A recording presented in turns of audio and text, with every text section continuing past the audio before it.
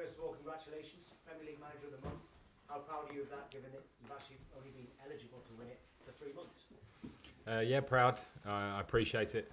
And really nice of all to win as a manager, obviously, and particularly against the good, very good competition you always go up against. You know, I respect the other managers, all the other managers, to be fair, in the Premier League, because I know what job they do now. Now I'm here, so I appreciate that, and I think also a really good time to thank the people at this club that help me daily. You know, it's a Manager of the Month award, and I take the picture, but there are people behind the scenes, particularly my close staff, that put in the hours that we do.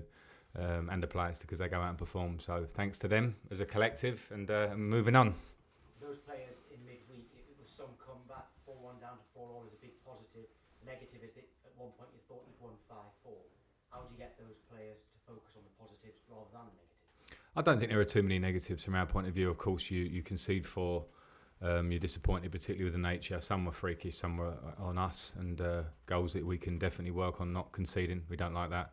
But against a team with the level of Ajax, to feel the strength in the team, the resilience and the quality to come back, draw the game from 4-1 down is not easy against anyone, let alone top opposition. And I think we should take a lot of positives out of it as a club, because the fans are fantastic as well. And if we can create a similar atmosphere to what we got in the second half against Ajax, starts with us, starts with the players playing with the passion that they did, then it can really help. And in terms of injuries, Mason Mount and Ross Barkley are in the England squad. Are they ready for you tomorrow? Well, Ross has got an ongoing issue, so he's not in the squad tomorrow. So it's a conversation that I'll have with Gareth or Steve, with Ross and everyone, to see how it pans out for him over the next 10 days. So I'm not sure on that one. He won't be in our squad. And with Mason, he's in the squad. We're giving him another 24 hours, and we'll make a call on that one in the morning. They are 2 of 5 players in the England squad for you. How good is that for you as a former England player, now a Premier League manager, 5 of your players in that squad? Yeah, I'm delighted, particularly because, you know, it's new, so new call-ups, pretty much new for Tammy, this one. I know he's been there before, but for Kayo, a new call-up this year. Callum coming back in, having been injured for a long time, Mason. So I think those young boys, Ross, we know has been there, but I'm pleased that their form and their dedication has got them those call-ups. I know they're proud. I'm proud as a manager to have them in the England squad. I'm proud of all the players that go away with international teams, but to see young lads getting their first steps into the team is obviously great.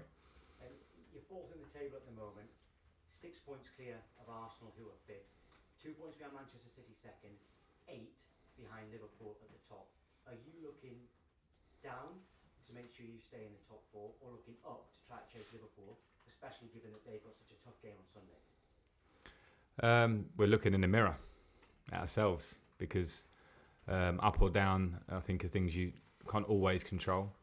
Will be with those teams, and they have their problems or their strong points or whatever. What we have to do is look at ourselves week in, week out. Look at Crystal Palace tomorrow, go away everybody for international or a little break or whatever we have, and then we come back and we play Manchester City. So every week brings a challenge of a game. At the moment, we're pretty happy with what we've done, but I think we can always get a lot better. So that's the only way. I don't think we should look too much anywhere else rather than within. Last one, Tom, please. Yeah, no problem. Going into the international break, how important is it to get a positive result? Because you've either got 2 weeks to kind of enjoy it, or 2 weeks to think, I've got to wait 2 weeks to actually put it right. Yeah, I've had both those emotions already this year. So we drew against Sheffield United, but we dropped a 2-goal lead. So and then obviously we won against Southampton going into the last one. So no, I get that. I get that completely, and I think as a manager, well, I certainly do. I take it very firmly when we have the negatives and maybe the positives too. So, yeah, we all have to think that way. It's been a positive month, hence the award that I got personally. Hence the team has moved up the table and looking in a good position. But in football, we know that things can change very quickly. And going into a break, of course, we want to get the right result. But we have to respect every game in the Premier League, and we have to respect Crystal Palace, who are not far from being up and around us, with some really good form and performances this year. So by no means is it going to be an easy one for us. Liam.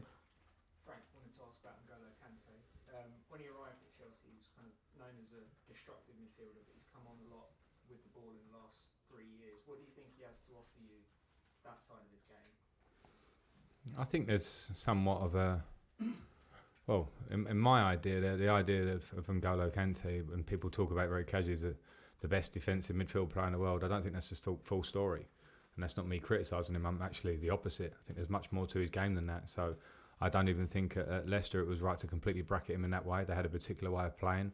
He suited it. He had energy. He could get around everywhere. So a defensive midfield player, in my mind, is someone who sits in front of the back four or back three. I think he's got much more than that. So I think he's shown all of those assets over the last 4 years for whoever he's played, Leicester, Chelsea, France, and can give you more. So that's what we'll hopefully be getting now he's fit again.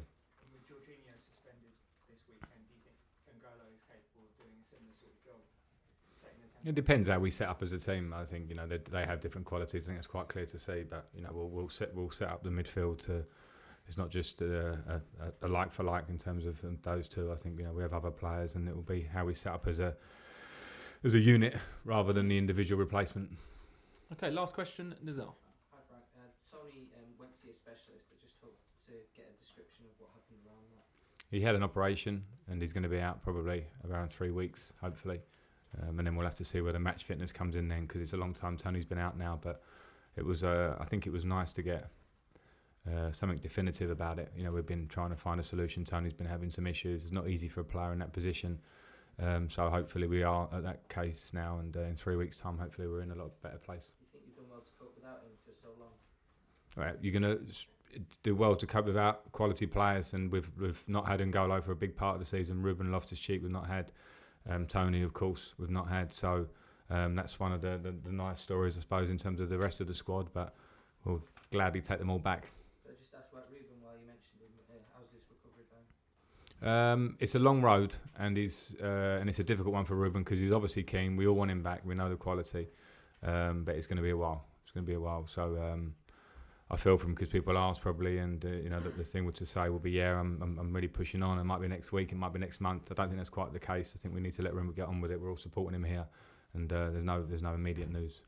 Okay, very final question, back right, BBC. Hello, thanks. Hi. Sorry, the Manager of the Month award, I'm just wondering if it kind of confirms to you that you're doing a good job, and if you're worried that it's a curse. It doesn't confirm to me that I'm doing a good job, albeit it's a nice award to get on an individual basis. But as I say, it certainly is an award that relates to much more than that for what the club's doing and people working behind the scenes. So I appreciate it and receive it on for, I think, not just myself. In terms of the curse, I've heard it, I know of it. I am relatively superstitious, and I always was as a player, and I've carried it into my management. So hopefully the players can go out and prove the curse wrong tomorrow, because we want to keep our momentum.